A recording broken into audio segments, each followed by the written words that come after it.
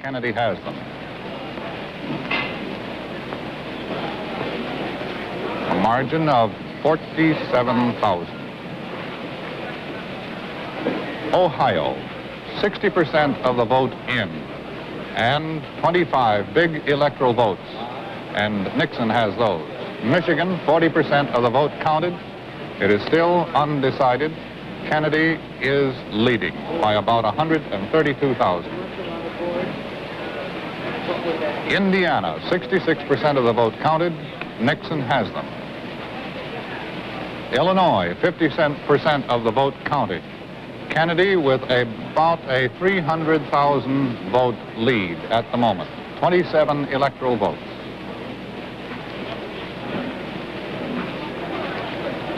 Wisconsin, 80% of the vote counted. 12 electoral votes. Nixon is leading at the moment by about 36,000 votes. In Missouri, 13 electoral votes. The vote is virtually all counted, and Kennedy has them. California, only 20% of the vote in. 32 big electoral votes.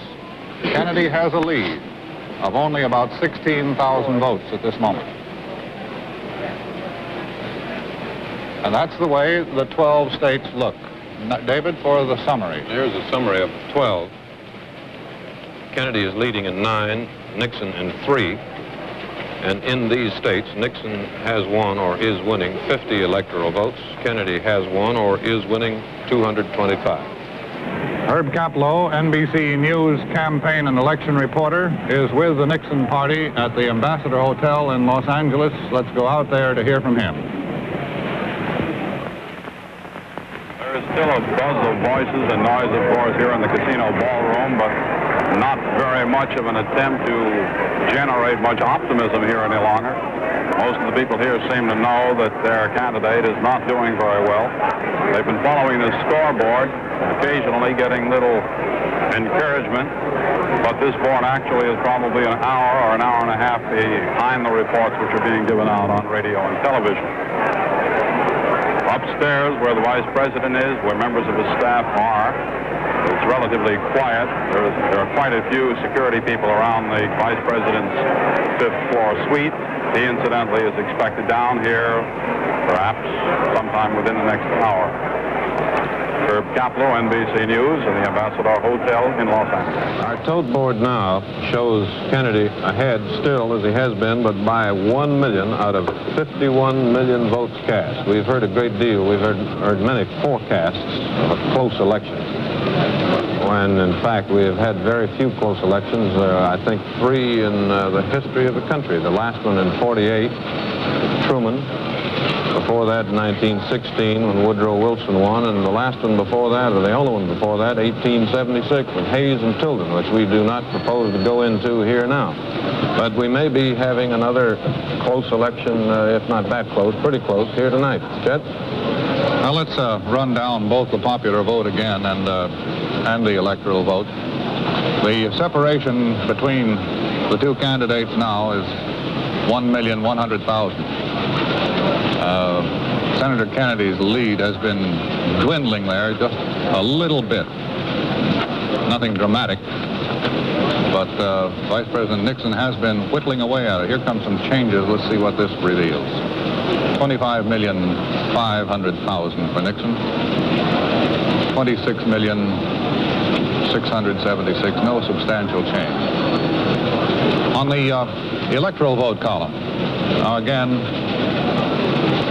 these states, these numbers here, are put there by our best judgment, which so far this evening, in all humility, has turned out pretty good. Nixon has won 166 electoral votes and Kennedy 265. Kennedy needs 5 more to go over the top, or 4 more to go over the top at 269. The 501 figure, the last one we have, it's now about 10 minutes old. It puts him out pretty fast. Projects the popular vote for president like this: 51.2% for Kennedy, 48.8% for Nixon. which I believe is the same thing it's been saying all night. The electoral vote it projects as 345 for Kennedy, which would give him the victory, of course, and 192 for Nixon. The odds, it figures, I didn't know electronic computers figured odds, did you? No, I've never heard that before. No, that was new to me tonight. We may be able to find some other kind of work for the 501 when the election is over. At any rate, it figures now the odds are 333 to 1, which is as high as it can go, that Kennedy will win. It says there are only 5 doubtful states now: Nevada, New Mexico, Washington, Illinois, and Minnesota. And we already knew that. The recap there of the popular vote still shows Senator Kennedy with a 1,100,000 advantage over his opposition. By the way, David, did you know that today there were, almost 70 million Australian ballots cast here in the United States?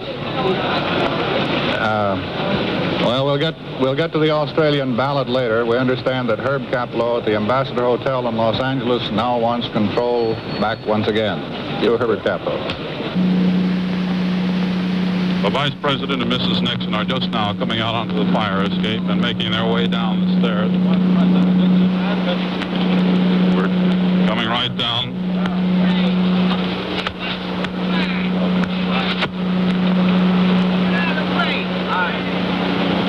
Making their way down now to the ballroom.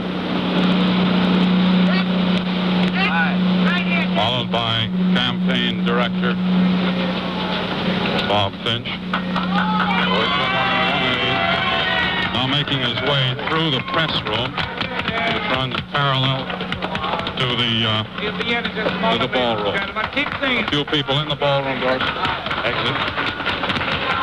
And now walking through the press room, the Vice President, Mrs. Nixon, wearing smiles. Vice President in a dark blue suit. Mrs. Nixon in a green flower dress. Any moment they are now about to enter the ballroom and are entering now.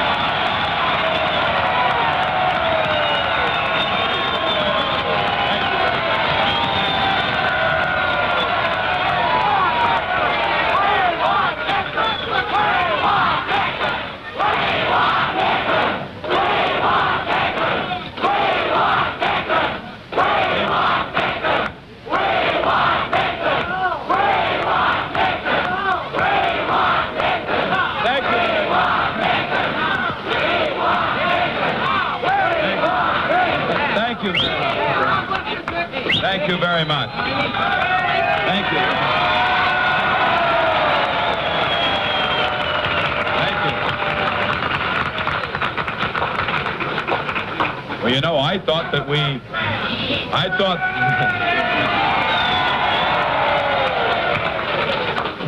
I was going to say that I thought we'd had the last rally of the campaign, but here we go again.